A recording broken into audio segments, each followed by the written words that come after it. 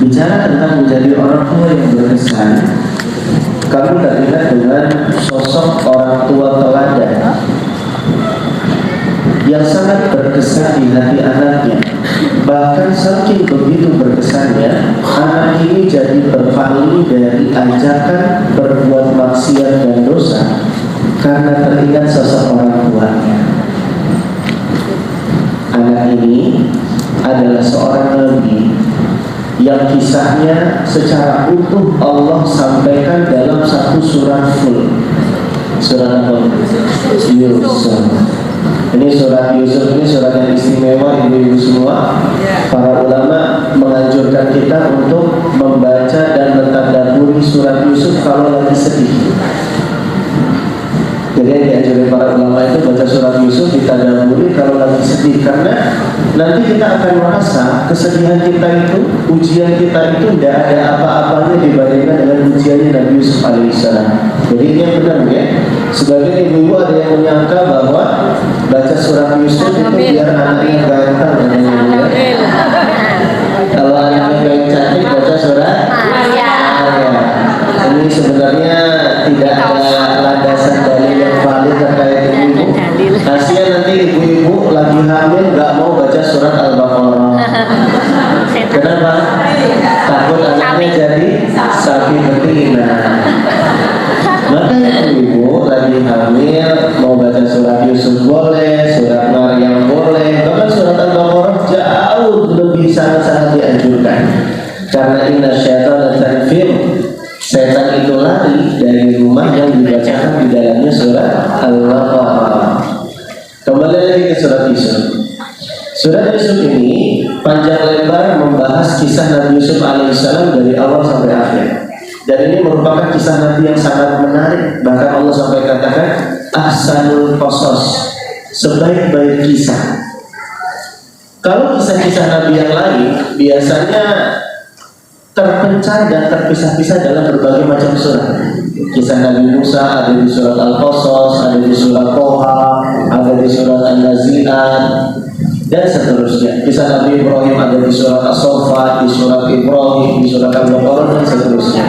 Tapi khusus kisahnya Nabi Yusuf, Allah kemas secara utuh dari awal sampai akhir di satu surat, yaitu surat Yusuf. Tentunya kisah ini mengambil sebuah benang merah pelajaran berharga buat kita semua, para bunda sekalian dirahmati oleh Allah. Dan karena topik kita adalah menjadi orang tua berkesan, maka izinkan kami untuk mencuplik sepotong kisah dari sederetan episode yang ada di surat Yusuf ini. Sepotong faidah ini kami kutip dari salah satu firman Allah di surat Yusuf ayat yang ke-24.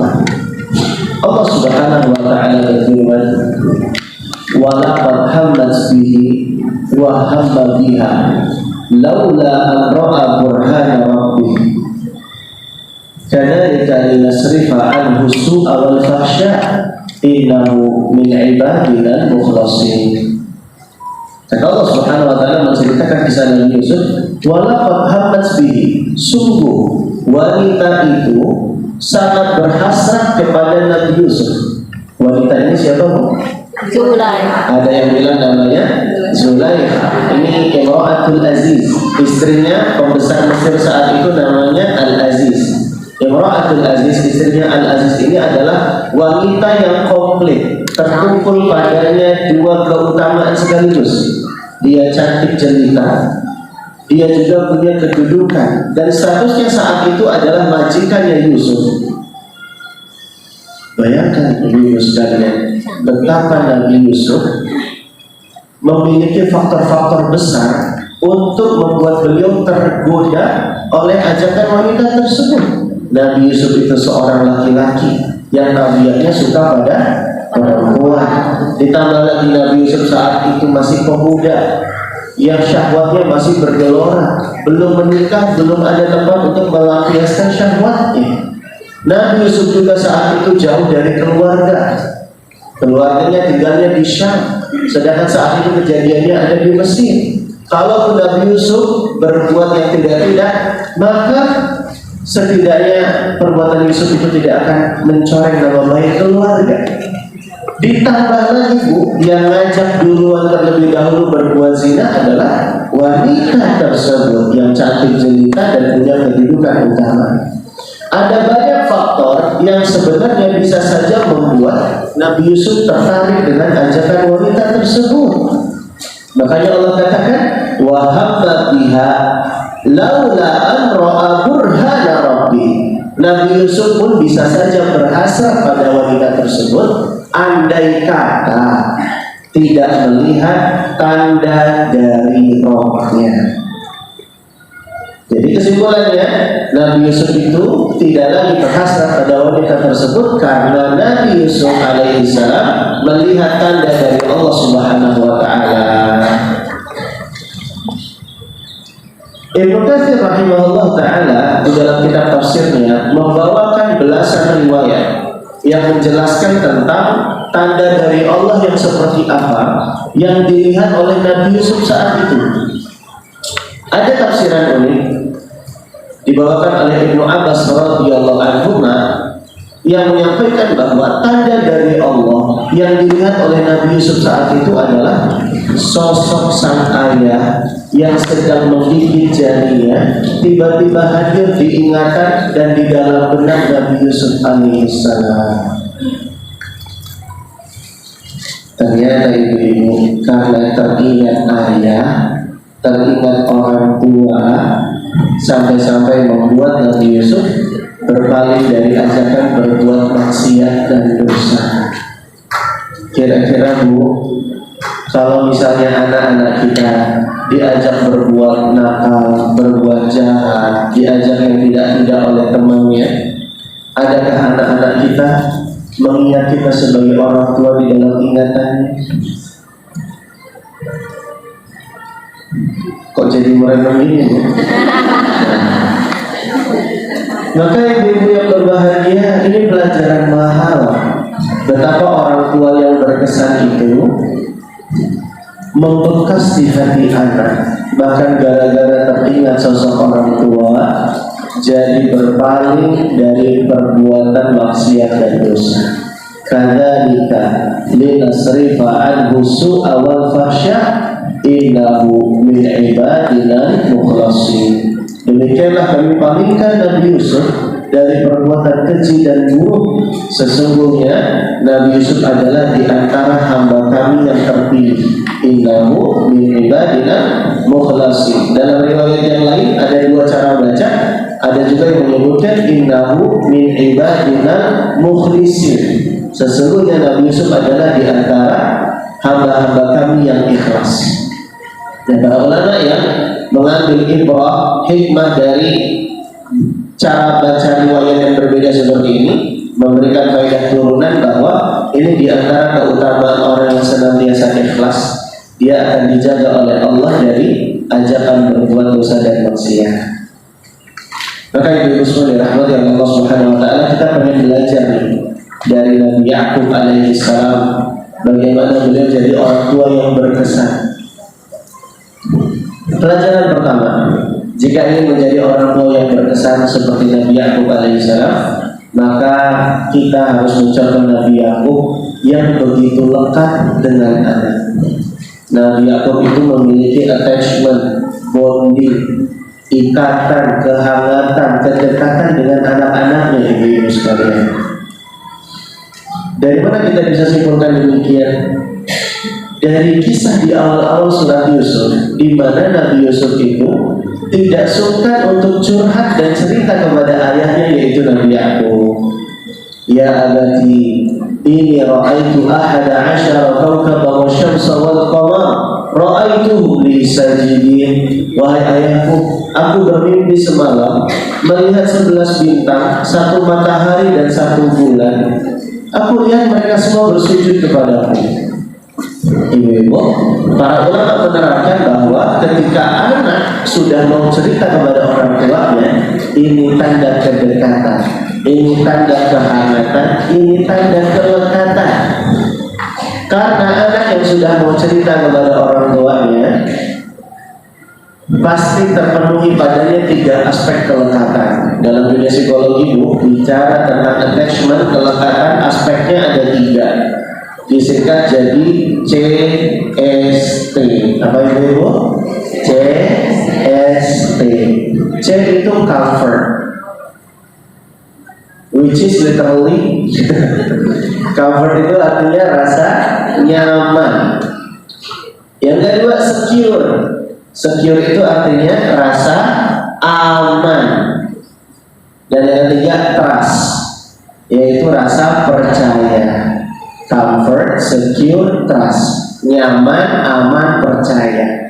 Ketika anak udah merasa nyaman sama orang tuanya, ngajak bermain bersama, ngajak ngobrol bareng, ini anak udah nyaman sama orang tuanya. Ketika anak udah merasa aman, dia tidak sungkan untuk berbagi waktu bersama, diajak jalan-jalan. Kira-kira anak-anak kita gimana? Merasa aman gak dengan kita? Aman ya? Atau jangan-jangan kalau orang tuanya pulang, waduh, mama pulang, langsung tiba-tiba status siaga dan waspada. Ada yang seperti ini. Berarti kehadirannya tidak diharapkan oleh anaknya. Mungkin karena terlalu sering marah-marah, karena terlalu sering memberi hukuman, tidak pernah memberi pengertian dan kehangatan, sehingga anak jadi tidak merasa aman. Dan juga trust, rasa percaya. Kalau anak itu lekat dengan orang tua, anak akan merasa percaya dengan ayahnya, dengan ibunya. Ayah ibunya jadi tempat bertanya, ayah ibunya jadi tempat cerita, karena sudah merasa percaya. Makanya ibu-ibu, kalau anak-anak kita itu sudah mau cerita, direspon baik-baik, karena ini sedang membangun kehangatan dan kelekatan. Umi, aku mau cerita Umi. Nanti sama ayah kamu. Ada nggak yang kayak gitu? Datang orangnya. Anak udah mau cerita, disambut Bu, direspon dengan baik. Ini lagi membangun kehangatan. Banyak anak-anak sekarang nggak percaya sama orang tuanya, justru malah lebih percaya sama temennya. Akhirnya curhatnya sama temennya yang sama-sama galaunya, yang sama-sama labilnya. Akhirnya nggak memberikan arahan-arahan yang bagus, justru membuat anak jadi makin terjerumus. Makanya kalau anak udah mau cerita, direspon dengan baik, jadi pendengar yang baik. Kan telinga kita jumlahnya 2, lisan kita jumlahnya 1 yang mulia. Ini isyarat kalau kita lebih banyak mendengar daripada banyak berbicara nih. Mari kita jadi pendengar yang baik bagi anak-anak kita. Apalagi anak-anak kita udah beranjak dewasa ini sekalian. Wah, ini perlakuannya harus lebih istimewa lagi, karena treatmentnya kepada anak-anak yang sudah beranjak besar itu jadikan mereka seperti sahabat. Kaidahnya la'ib waladaka sab'an wa adibhu sab'an wa sahibhu sab'an. Perlakukan anak itu, bermain bersama mereka di 7 tahun awal, didik mereka di 7 tahun berikutnya, dan jadikan mereka sahabat di 7 tahun setelahnya.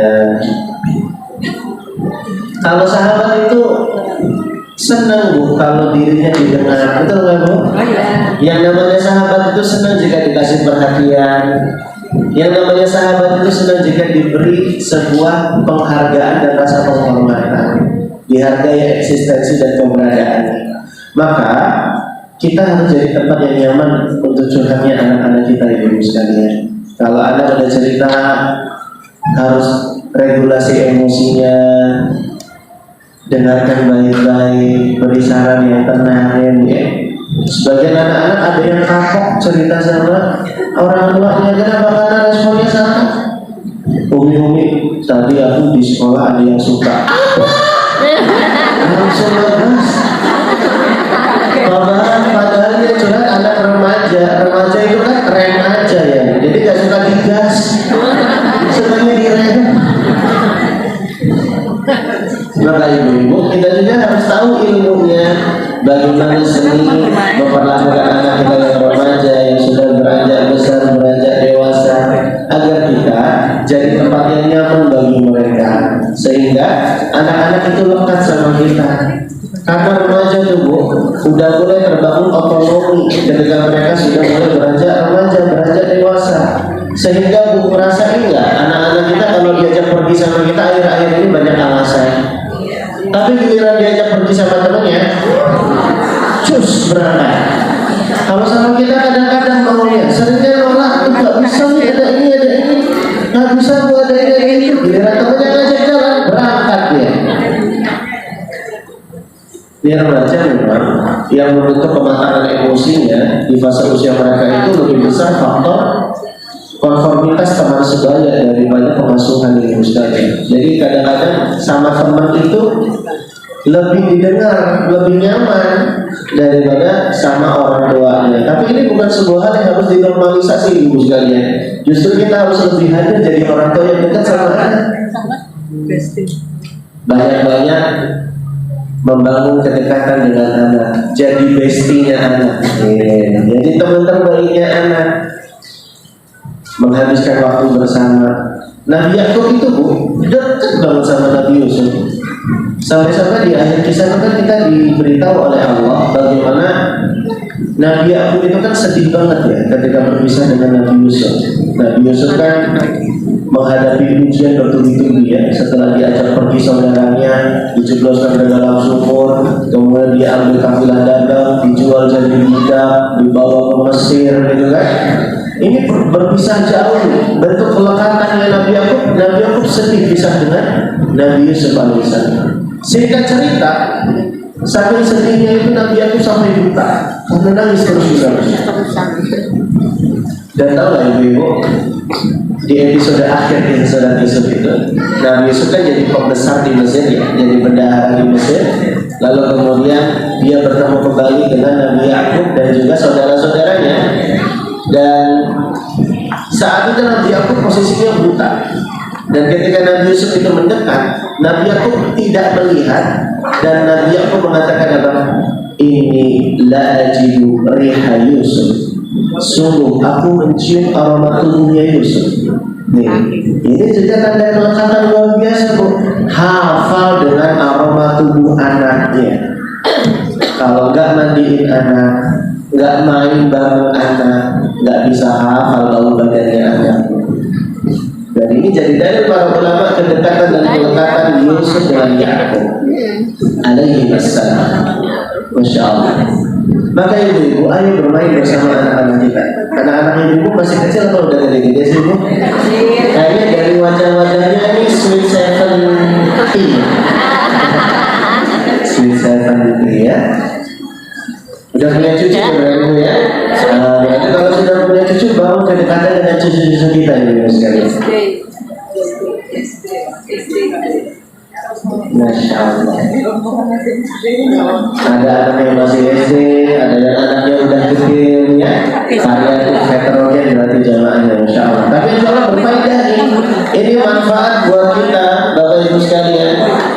Bagaimana Nabi Yakub menjadi sosok yang berkesan sebagai orang tua ditandai dengan yang pertama, Nabi Yakub adalah orang tua yang lekat dengan anak-anaknya, orang tua yang dekat sama anak-anaknya, sehingga anak merasa nyaman, merasa aman, dan merasa percaya dengan orang tuanya.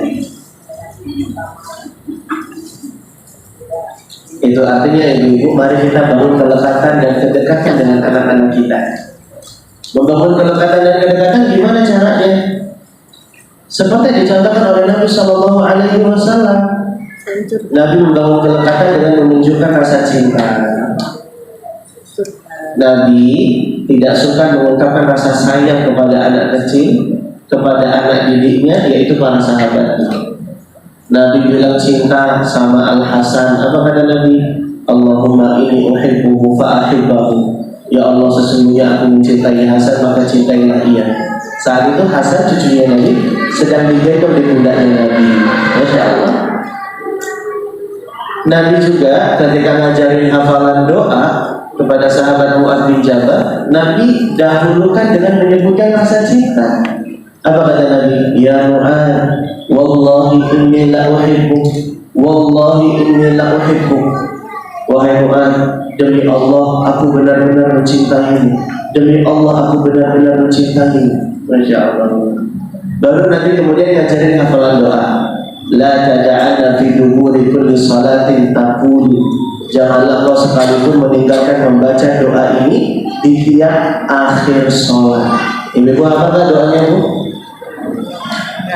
Belum. Saya kasih kata kunci ya. Doanya diawali dengan Allahumma.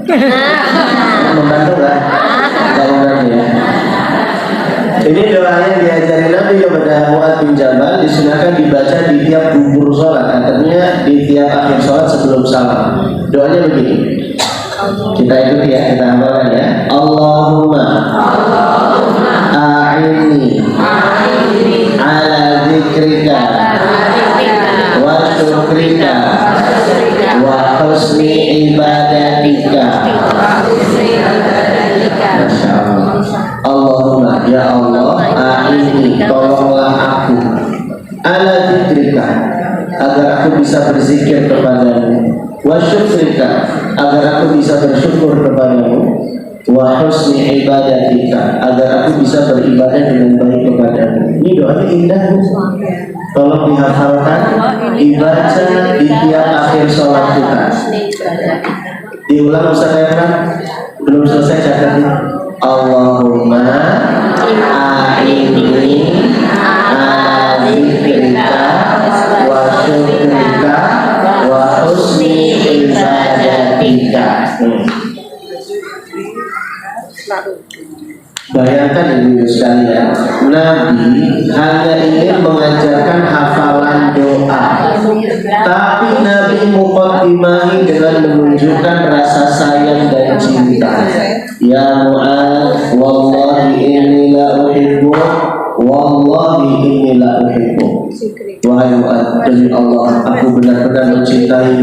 Demi Allah aku benar-benar mencintai. Nabi mengungkapkan sumpahnya. Nabi mengungkapkan rasa cintanya sampai bersumpah, ibu-ibu sekalian. Ibu pernah nggak mengungkapkan rasa sayang ke anak sampai bersumpah? Demi Allah, nah, ibu sayang sama kamu, nah. Ini contoh dari Nabi SAW. Bahkan Nabi tidak cuma bersumpah, Nabi pakai huruf inna, ini harfu ta'kid, huruf yang berarti penegasan sesungguhnya. La uhibbu, ini pakai lam ta'kid dalam bahasa Arab, ini juga huruf yang memberikan makna penegasan. Dan Nabi ulang 2 kali, ini juga memberikan makna penegasan. Jadi ada penegasan yang berulang kali di sini. Nabi benar-benar menekankan kalau Nabi cinta kepada sahabat Mu'adz bin Jabal, sehingga Mu'adz paham kalau apa yang mau dinasihatkan Nabi ini tanda cinta. Banyak nggak anak-anak di zaman sekarang tidak merasa dicinta oleh orang tuanya? Ayahku nyuruh terus, ayah nggak sayang sama aku. Aku pengen kabur aja dari rumah. Kenapa aku dilahirkan dari orang tua semisal ini? Nah, sinetron banget ya punya. Anak-anak beranggapan seperti ini bisa jadi karena orang tua yang tidak pernah menerjemahkan rasa cinta dan sayangnya. Ini Nabi SAW mengungkapkan bahasa cinta. Kalau anak kekinian bilangnya word of affirmation, mengungkapkan cinta dengan kata-kata afirmasi, ibu sekalian. Jadi kalau dunia psikologi baru belakangan ini ada teori love language, bahasa cinta. Nabi SAW sedari 1400 tahun silam sudah mempraktekkan yang demikian. Nabi mengungkapkan rasa cinta dan sayangnya. Wahai Mu'adz, demi Allah aku benar-benar mencintaimu. Demi Allah aku benar-benar mencintaimu. Baru Nabi kasih pesan, jangan kau tinggalkan baca doa ini di tiap akhir sholat. Ibu pernah nggak nyuruh anak sholat, nyuruh anak hafal Quran dengan mengungkapkan rasa cinta terlebih dahulu? Ini paling dari. Aduh Ustaz, malah saya itu nyuruh anak sholat marah-marah ya Ustaz. Sholat dibentak. Bahkan kadang-kadang sebagai orang tua ada yang amnesia, lupa ingatan. Anak siapa sih? Ingatan ibu.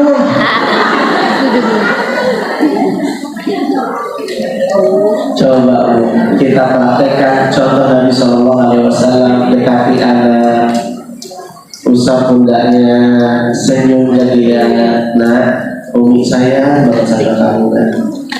Tanda sayang Umi pengen kamu sholat, nah ayo Mbak sholatnya biar kita nanti sama-sama masuk surga. Masya Allah Bu. Kalau kita udah pakai teori ini, 75% anak akan menerima apa yang kita sampaikan. Maka yang sudah dirahmati oleh Allah, ini contoh membangun kehangatan, membangun kelekatan dengan mengungkapkan rasa sayang. Ustaz, saya dulu tuh dididik orang tua nggak pernah kayak gitu ya Ustaz. Jadi sekarang itu jadi keluh nggak biasa, malah kadang-kadang malu pengen ngomong sayang ke anak. Gimana ya Ustaz? Ya kita maklumi ibu-ibu karena kita hidup di generasi yang berbeda. Ya, dulu itu kepuasan dan kebahagiaan sudah terpenuhi ketika sudah bisa makan, bisa punya tempat tinggal, udah itu sudah merasa titik-titik kebahagiaan. Sehingga mungkin waktu banyak tersita untuk bekerja dan terluput untuk menyampaikan rasa sayang dan rasa cinta seperti ini, mengekspresikannya kepada anak-anak. Kita maklumi Bu, karena faedah parenting di zaman dulu juga terbatas. Mungkin hadis-hadis Nabi Sallallahu Alaihi Wasallam yang bicara tentang ini belum sampai di telinga orang tua kita. Kita maafkan orang tua kita maklumi keterbatasannya, dan mari kita yang sudah tahu ilmunya kita terapkan untuk anak cucu kita.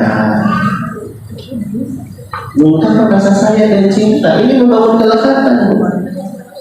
Apalagi contohnya membangun kehangatan dan kelekatan dengan mengapresiasi anak, ini juga membangun kelekatan, ini juga membangun kehangatan.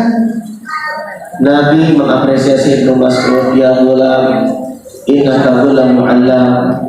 Sesungguhnya kau adalah seorang anak yang terpelajar, pintar, masya Allah, gitu ya. Ini membangun kehangatan juga nih, membangun kedekatan. Ada anak yang tumbuh besar tapi tidak dihiasi dengan apresiasi, akhirnya anak-anak mengalami kehampaan. Ada kisah Bu, dokter di Kalimantan dibesarkan tanpa dengan kehangatan oleh orang tuanya. Padahal anaknya punya potensi. Ayah, nilaiku udah bagus. Biasa ini, kalau ranking 1 baru bagus. Ayah, aku ranking 1 nih. Nanti kalau keterima di sekolah favorit baru bagus. Ayah, aku masuk sekolah favorit bagus nih. Biasa nih, kalau masuk kedokteran baru bagus. Ditantang terus. Memang di sisi yang lain anak jadi termotivasi untuk mencapai, tapi nggak pernah diapresiasi. Akhirnya ketika dia sudah jadi dokter, menikah, dia nggak pernah bilang terima kasih sekalipun sama suaminya. Dia nggak pernah bilang apresiasi sedikit pun kepada pencapaian anak-anaknya. Maka ibu saudara oleh Allah, yang apresiasi anak itu adalah di antara bentuk kehangatan, bentuk kedekatan. Ya. Apresiasi anak. Di antara contoh lainnya juga membangun kehangatan dan kedekatan adalah bercanda dengan anak. Apalagi kalau masih kecil Bu ya, anak-anak di masa tumula yang sekitar 0 sampai 10 tahun, ya 0 sampai 7 tahun, suka Bu diajak bercanda Bu. Nabi Sallallahu Alaihi Wasallam dulu bercanda dengan sahabat junior namanya Mahmud bin Arabi. Nabi Sallallahu Alaihi Wasallam itu menyemburkan air dari mulutnya Bu. Ya. Ini tanda dekatnya Nabi dengan anak kecil. Tapi mohon ibu jangan langsung praktekkan ini ke anak tetangga ya, nanti dimarahin ya. Tapi pengen kita garis bawahi bagaimana dekatnya Nabi SAW dengan anak kecil. Beliau bercanda, main tebak-tebakan sama anak Bu. Senang dia anak Bu. Ibu udah punya stok tebak-tebakan belum? Harus punya stok tebak-tebakan. Ikan-ikan apa yang suka buku? Ikan gurame dia. Nah, dari itu ada suka. Dia gitu. Stok mereka banyak nih. Gurame dia. Ikan-ikan apa yang sayang ibu? Ikan sapu-sapu. Suka nyapu. Karena sapu-sapu aku sayang ibu. Nah itu tiba-tiba yang gini, ini anak-anak suka muda. Ini cara kita membangun kedekatan dan kehangatan. Bahkan Nabi SAW itu membangun kehangatan dan kedekatan dengan anak kecil yang namanya Ummu Khalid. Ini seorang bocah perempuan yang lahir di Habasyah, di Ethiopia. Nabi berkomunikasi, berinteraksi dengan Ummu Khalid dengan bahasa yang rileks, yang dipahami sama Ummu Khalid. Ya Ummu Khalid, hada sana. Nabi kasih pakaian kain hitam kepada Ummu Khalid. Lalu Nabi bilang, ya Ummu Khalid, hada sana, hada sana. Sana itu bukan bahasa Arab. Sana itu bahasa Habasyah, bahasa Ethiopia. Artinya hasan, bagus. Jadi Nabi pengen bilang, wahai Ummu Khalid, ini bagus, ini bagus. Jadi Ibu, kalau pengen sefrekuensi dengan anak, bangun kehangatan dengan anak, pakai bahasa yang rileks, yang anak-anak itu familiar dengannya. Bahasa anak Gen Alpha sekarang makin banyak nih bahasanya. Oh, punya teman baru kawan, lagi santai kawan. Ini bahasa anak-anak Ibu. Sigma, tahu Sigma Bu? Nah, beda sama ini ya. Sekarang tuh lagi ramai Bu, anak-anak zaman sekarang Bu. Sigma, Mewi, macam-macam Bu, kalimat-kalimat itu. Selama kata-katanya itu baik, tidak bermakna negatif, nggak apa-apa ibu-ibu pakai bahasa itu untuk berinteraksi dengan anak, untuk membangun kedekatan dan keterhubungan dengan anak. Bu, kalau kita sudah bisa bangun kelekatan, keterhubungan, nanti nasihat yang akan kita sampaikan itu jadi lebih mudah untuk didengar.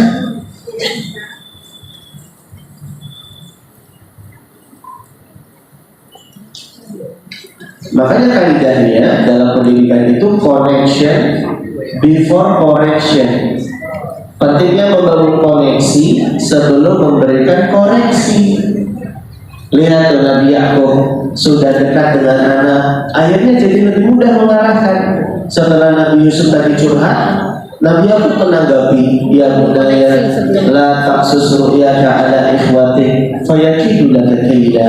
Wahai anakku, jangan kau ceritakan mimpimu itu kepada saudara-saudaramu, karena nanti mereka membuat hidayah terhadap diri. Nabi Yakub alaihissalam memberikan bimbingan, memberikan arahan, dan arahan ini diterima sehingga pendidikan jadi berlangsung lancar.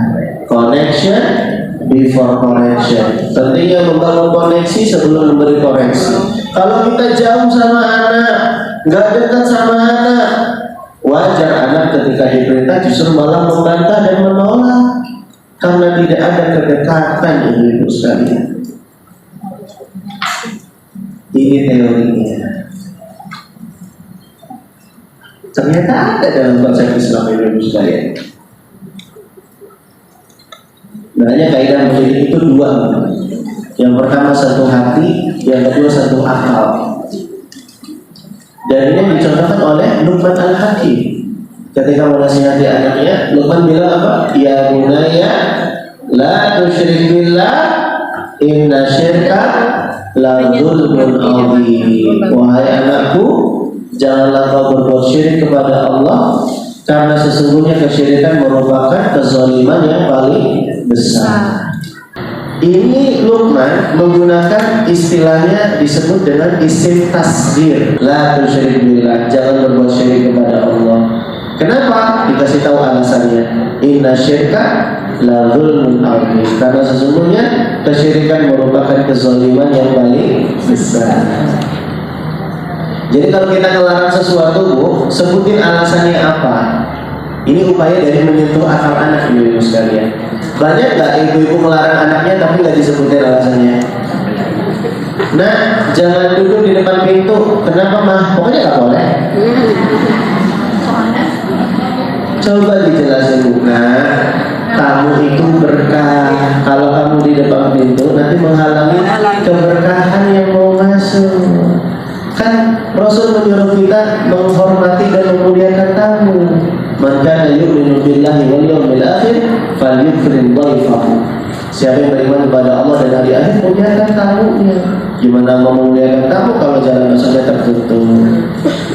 Sebutin alasannya, Bu, anak jadi paham. Anak naik ke atas meja. Nah, nggak boleh naik ke atas meja. Kenapa? Pokoknya nggak boleh naik terus dia.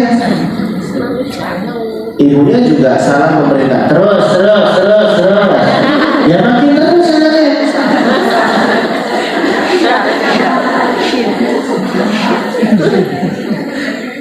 Kalau melarang sebutkan alasannya.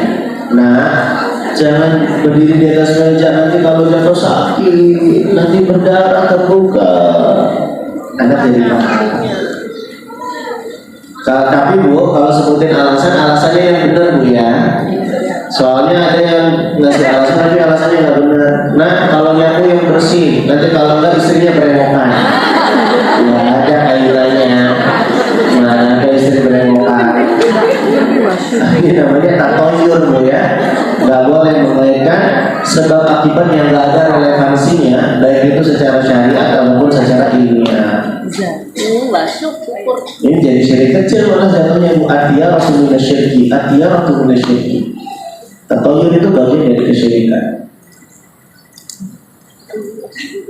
Anggapan-anggapan jatuh cicak, tanda sial, padahal cicaknya lagi sial itu Bu. Jatuhnya cicaknya lagi sial, kok kita yang sial? Dia kehilangan energi Bu, ya kan? Sehingga dia jatuh.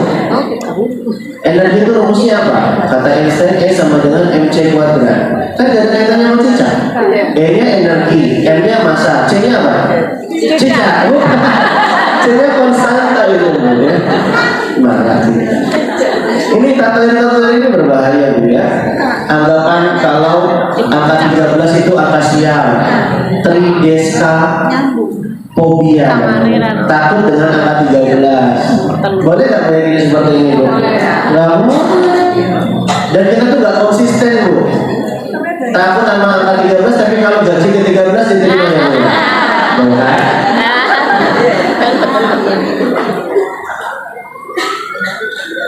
Mau angka 13, angka berapapun nggak akan menentukan nasib kita, karena yang mengatur kita dapat manfaat atau mudarat, musibah atau nikmat, siapa pun yang mengatur itu semua? Allah. Jadi bukan karena faktor angka, bukan karena faktor cicak.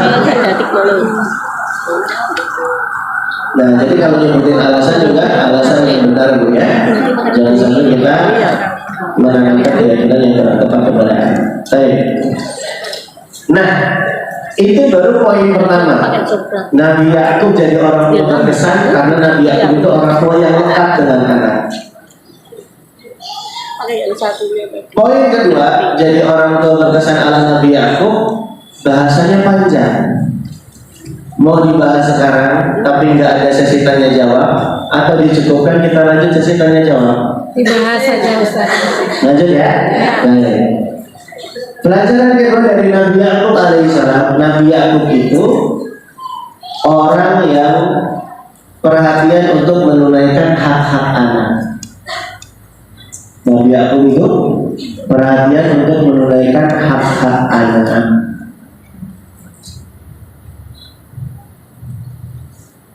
Dari mana kita bisa simpulkan demikian? Dari kisah surat Yusuf juga.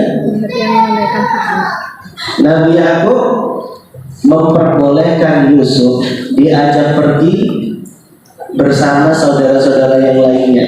Padahal Nabi Yakub udah tahu loh, saudara-saudara Yusuf itu nggak suka sama Yusuf. Nabi Yakub udah tahu itu. Tapi kenapa Yusuf diizinkan pergi bersama mereka? Karena alasan dari saudara Yusuf yang bilang kepada Nabi Yakub, arsilhu ma'ana ghadan yarta' wa yal'ab wa inna lahu lahafidun. Wahai ayahku, biarkan Yusuf pergi bersama kami, yarta' wa yal'ab, biarkan Yusuf bersenang-senang dan bermain bersama kami. Kami akan benar-benar menjaganya. Yusuf akhirnya dibolehkan pergi Bu oleh Nabi Yakub. Kenapa? Karena Yakub tahu haknya anak, kebutuhannya anak kecil adalah bermain dan bergembira. Nah ini hak anak Bu, terutama hak anak yang di fase tufulah Bu ya, di fase 0 sampai 7 tahun mereka lagi suka-sukanya bermain itu. Jadi beri waktu anak untuk bermain, karena bermainnya mereka itu sebenarnya belajar Ibu sekalian. Sensorik, motorik didapat ketika bermain. Nabi Yakub juga menunaikan hak anak. Di antara hak anak selain diberikan kesempatan bermain adalah dididik. Nabi Yakub itu perhatian sekali dalam mendidik anak, ibu-ibu sekalian. Bahkan sampai-sampai ketika beliau meninggal dunia, beliau masih perhatian untuk mendidik anak-anaknya, menanyakan bagaimana akidah dan agama anak-anaknya. Ibu bisa buka surat Al-Baqarah ayat 133. Allah Subhanahu wa taala berfirman, "Am kuntum syuhada in hadara Yaqub al-maut?" Apakah kalian hadir ketika kematian hendak menjumpai Yakub? Idz qala li banihi. Kemudian Yakub bertanya kepada anaknya, "Ma ta'buduna min ba'di?" Apa yang kalian sembah setelah kematianku? Di surat Al-Baqarah ayat 133. Lihat Bu, Nabi Yakub ketika hendak tutup usia, beliau masih bertanya kepada anak-anaknya, "Ma ta'buduna min ba'di?" Apa yang kalian sembah setelah kematianku? Ini menunjukkan perhatian Nabi Yakub sebagai orang tua terhadap agama anak-anaknya. Ini menunjukkan bagaimana semangat Nabi Yakub dalam mendidik anak-anaknya. Bahkan sampai hendak tutup usia. Maka ayat ini juga dalil bahwa orang tua senantiasa melekat kewajibannya mendidik anak sampai dia tutup usia. Jadi meskipun kita sudah tua, Bu, tetap punya kewajiban untuk memperhatikan agama anak-anak kita. Nabi Muhammad SAW meskipun Fatimah sudah dinikahi oleh Ali, Nabi masih mengajak mereka untuk sama-sama sholat malam. Ali kemudian pernah nggak sholat malam, lalu beralasan. Akhirnya karena banyak alasan Nabi bilang, "Wa kana al-insanu aktsaru syai'in jadala." Memang ya, manusia itu suka banget cari-cari alasan. Maka ibu saudara rahmati Allah, dari kisah ini kita tahu Nabi Yakub itu sangat perhatian dengan agama anak-anaknya. Jadi dari sini kita bisa simpulkan bahwa Nabi Yakub itu perhatian untuk menunaikan hak-hak anak. Di antara hak anak itu diberi kesempatan bermain. Di antara hak anak itu dididik dengan baik. Ya. Di antara hak anak juga diberi nama yang baik. Itu di antara hak anak itu sekalian. Kita cukupkan dulu kajian kita kali ini. Sebenarnya kalau mau mentadaburi bagaimana gaya parentingnya Nabi Yakub, bagaimana mendidik anak setangguh Nabi Yusuf, ini kita butuh waktu yang panjang dan lama. Tapi semoga dua kesimpulan, dua poin penting bagaimana Nabi Yakub menjadi sosok yang berkesan ini menjadi pelajaran berharga buat kita semua. Menjadi orang tua yang lekat dengan anak, sekaligus menjadi orang tua yang menunaikan hak-hak anak, yang semangat mendidiknya dan memberikan kesempatan anak untuk bermain jika dia masih kecil. Itu Bu ya. Baik, semoga yang sedikit ini bermanfaat. Jika ada yang bertanya, kami persilakan. Iya. Ada sebuah kaidah yang diambil dari ayat Al-Qur'an. Allah Subhanahu wa taala berfirman, "Fattaqullaha mastata'tum." Bertakwa semaksimal apa yang kalian bisa. Saya lebih suka terjemahkan demikian karena sebagai terjemahan bertakwa semampu yang kamu bisa, gitu ya. Soalnya kalau semampu itu ngambil batas minimal. Maka saya lebih suka menerjemahkannya bertakwa semaksimal apa yang kamu bisa. Kita tidak memungkiri ada orang tua yang punya tuntutan untuk bekerja, punya kesibukan. Orang tua juga perlu healing dengan datang ke kajian untuk menjaga kewarasan. Di satu sisi yang lain dia juga punya tuntutan untuk membangun kelekatan dengan anak-anaknya. Nah, gimana solusinya? Maka solusinya adalah bertakwa semaksimal apa yang kita bisa. Dan ada kabar gembiranya, Bu. Ada sebuah riset psikologi yang disebut dengan genuine encounter moment. Apa, Bu? Genuine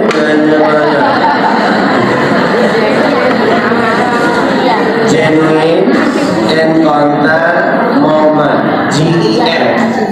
Jadi ini adalah penelitian riset yang akan diuji kepada orang tua yang sibuk bekerja. Apakah mereka masih bisa membangun kedekatan dengan anak-anaknya? Ternyata Bu, kalau ibu menyediakan waktu sehari sekitar 7 sampai 15 menit saja, asal kebersamaannya berkualitas, selama konsisten, maka ibu bisa membangun kedekatan dan kelekatan dengan anak-anak. Tapi kebersamaannya berkualitas. Kebersamaan berkualitas itu A to A, mata ketemu mata, heart to heart, hati ketemu hati, skin to skin, kulit ketemu kulit. Jadi kalau kita bangun kebersamaan yang berkualitas, anak-anak jadi lekat sama kita. Kebersamaan berkualitas itu bisa dengan ngobrol bareng. Tapi kalau ngobrol, matanya dilihat, jangan disambil HP-an. Ya gimana tadi? Jangan, ini nggak berkualitas. Jadi kalau ibu udah pengen alokasi 7 sampai 15 menit, misalnya pada maghrib, ibu skip dulu urusan bisnis. Fokus dulu 7 sampai 15 menit aja kok, nggak lama. 7 sampai 15 menit aja. Ngobrol dengan anak, mata ketemu mata, peluk anak, gendong anak, kulit ketemu kulit, curhat sama anak, bacain buku dari hati ke hati. Ini kebersamaan yang berkualitas nih kayak gini. Main sama anak, main masak-masakan, role play, pura-pura jadi pak polisi, pura-pura jadi koki. 7 sampai 15 menit aja. Lama nggak 7 sampai 15 menit? Enggak, sebentar itu. 7 sampai 15 menit ngobrol bareng, makan bareng, cerita bareng, main bareng, ngobrol bareng. Ini sudah menjadi kebersamaan yang berkualitas. Nggak usah jauh-jauh, 7 sampai 15 menit. Jadi jangan merasa bersalah Bu, masih bisa dikejar, insya Allah. Bahkan Bu, 7 sampai 15 menit yang dilakukan setiap hari selama itu berkualitas, ini lebih baik daripada ibu-ibu yang membersamai anaknya 24 jam tapi nggak berkualitas. Emang raganya berdekatan, anaknya dikasih HP, ibunya sibuk gosok, nyuci, beres-beres, artinya dikasih HP, berdekatan, tapi nggak berkualitas kebersamaannya. Jadi yang lebih berkualitas 7 sampai 15 menit, tapi konsisten setiap hari. Itu Bu ya. Semoga membuat jadi lebih lapang hatinya dan jangan putus asa dari rahmat Allah Subhanahu wa taala. Baik. Ada lagi cukup? Jangan banyak-banyak ya Bu. Saya mau ngisi kajian lagi. Ya silakan Ibu.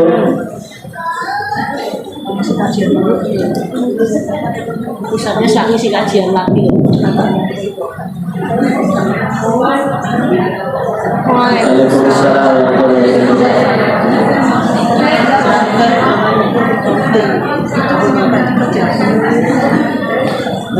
Mohon maaf tidak terdengar.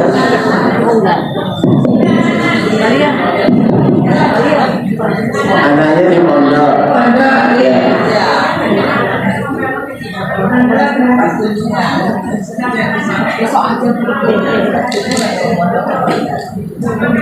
Ini untuk repot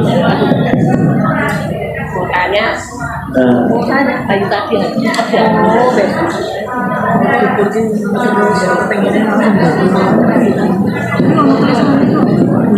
jadi masalah di pondok karena orang tuanya sulit, anaknya di pondok, jadi bagaimana caranya orang tua tetap punya waktu dan anak juga punya hubungan yang baik dengan orang tuanya. Benar ya?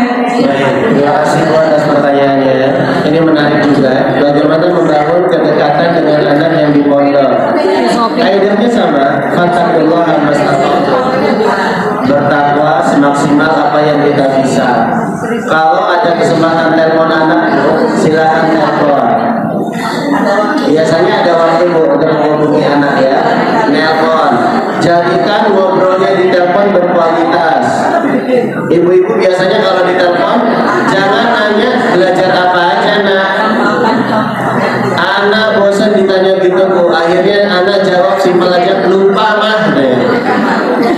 Soalnya banyak banget yang dipelajari. Coba tanya perasaannya, gimana nak sepekan ini, senang nggak? Ada nggak yang bikin kamu sebel? Oh gitu, iya. Oh gitu. Jadi antusias mendengarkan cerita dia itu sangat membekas buat anak. Gimana makannya, enak nggak? Mau dikirimin makanan apa? Misalnya kalau boleh dikirimin, kalau nggak boleh ya cari obrolan yang bikin anak itu nyaman sama kita gitu sekalian ya. Nah itu kalau bisa ditelepon. Kemudian yang kedua, ketika ada jam-jam kunjungan atau ketika ada waktu anak boleh pulang sebentar, maka buatlah special time. Buat waktu spesial bersama anak. Ibu pergi berdua aja sama anak. Anaknya laki-laki apa perempuan? Lagi.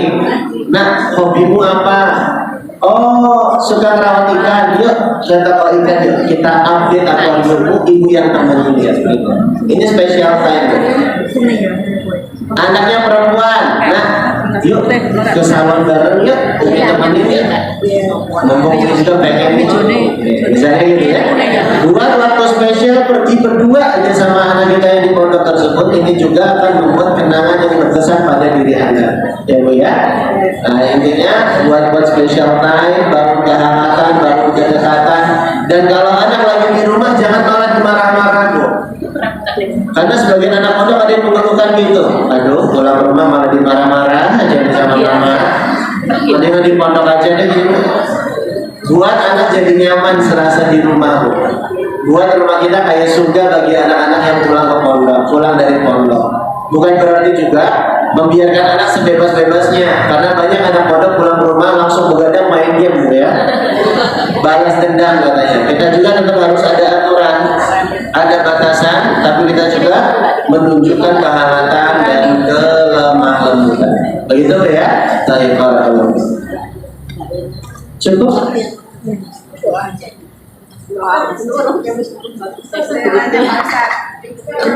Ayo.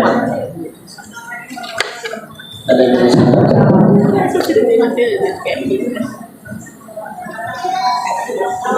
Ya.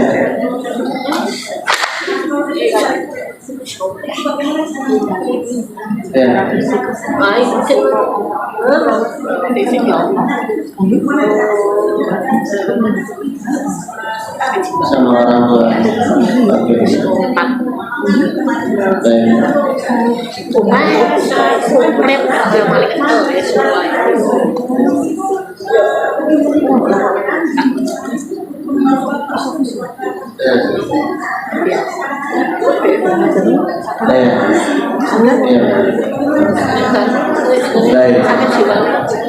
Kan saya menjawab 3 pertanyaan berarti dalam 3 menit itu. Baik, untuk pertanyaan itu tadi bertanya tentang gimana kalau anak sudah terlanjur jauh dari orang tua, lebih nyaman sama teman-temannya. Apa solusinya? Kalau kita punya hutang pengasuhan, kewajiban kita adalah membayar hutang pengasuhan tersebut. Pertama, taubat sama Allah, minta maaf sama anak. Terus terang kita mungkin melewatkan beberapa tugas kita ketika harusnya membangun kelekatan kita sibuk misalnya. Minta maaf sama anak, kemudian perbaiki hari-hari yang tersisa. Asrif mabagia min umrika yughfar laka ma mada. Perbaiki hari-hari yang tersisa, Allah akan ampuni dosa-dosa yang telah lalu. Jadi bangun kedekatan sedari sekarang terus Bu. Regulasi marahnya, buat anak nyaman sama kita, jangan suka banding-bandingin anak, terima anak apa adanya, syukuri kebaikannya, ajak anak untuk menghabiskan waktu bersama dan seterusnya. Kemudian tadi pertanyaan kedua tentang surat-surat di Al-Quran tadi ya. Ada Luqman, ada Yusuf. Ini kan bahasa parenting, tapi ini tentang ayah nih. Padahal anak-anak itu seringnya dengan ibu. Di Al-Quran juga ada parenting yang mengacu kepada sosok ibu, yaitu ibunya istrinya Imran, ibundanya Maryam. Ya, jadi ini juga potret, nanti kapan-kapan kita bahas ya hikmah keluarga Imran dalam mengasuh ya. Baik. Tapi ada faedah penting di sini. Kenapa di Al-Quran itu ada isyarat kok laki-laki banget ya yang dimotivasi untuk mendidik anak gitu. laki-laki banget yang dimotivasi untuk dekat sama anak gitu. Maka jawabannya, karena anak-anak itu hukum asalnya dia sudah lekat, dia sudah dekat sama ibunya. Tapi kalau ayah jarang yang dekat sama anak-anaknya. Makanya Sarah bintu Hulail dalam disertasinya beliau menulis, di dalam Al-Quran ada 17 dialog antara orang tua dengan anak. Ada berapa dialog, Bu? 17. 14 dari 17 dialog itu adalah dialog ayah kepada anaknya. Ini isyarat kepada para ayah untuk hadir dalam pengasuhan dan pendidikan. Banyak saya ngisi kajian parenting, masalah ibu-ibu itu rata-rata suami saya nggak mau terlibat mendidik anak, Ustaz. Maka Al-Quran menjawab, mengedepankan isyarat bahwa laki-laki juga harus mendidik anak, laki-laki juga harus dekat sama anak. Itu ya. Kemudian ibu pertanyaannya cukup berat, Bu. Semoga Allah beri kekuatan kepada ibu. Saya sekarang jujur saja belum bisa memberikan solusi yang terbaik untuk ibu, karena ini perkara yang sangat berat. Coba nanti ditanyakan kepada Ustadz yang jauh lebih berilmu, jauh lebih berpengalaman. Karena begitu juga para ulama, Bu. Sekelas Syekh Saleh Fauzan, kalau ditanya masalah rumah tangga, Syekh Fauzan itu menjawab, tanya kepada hakim, bawa ke pengadilan, tanya ke mahkamah gitu.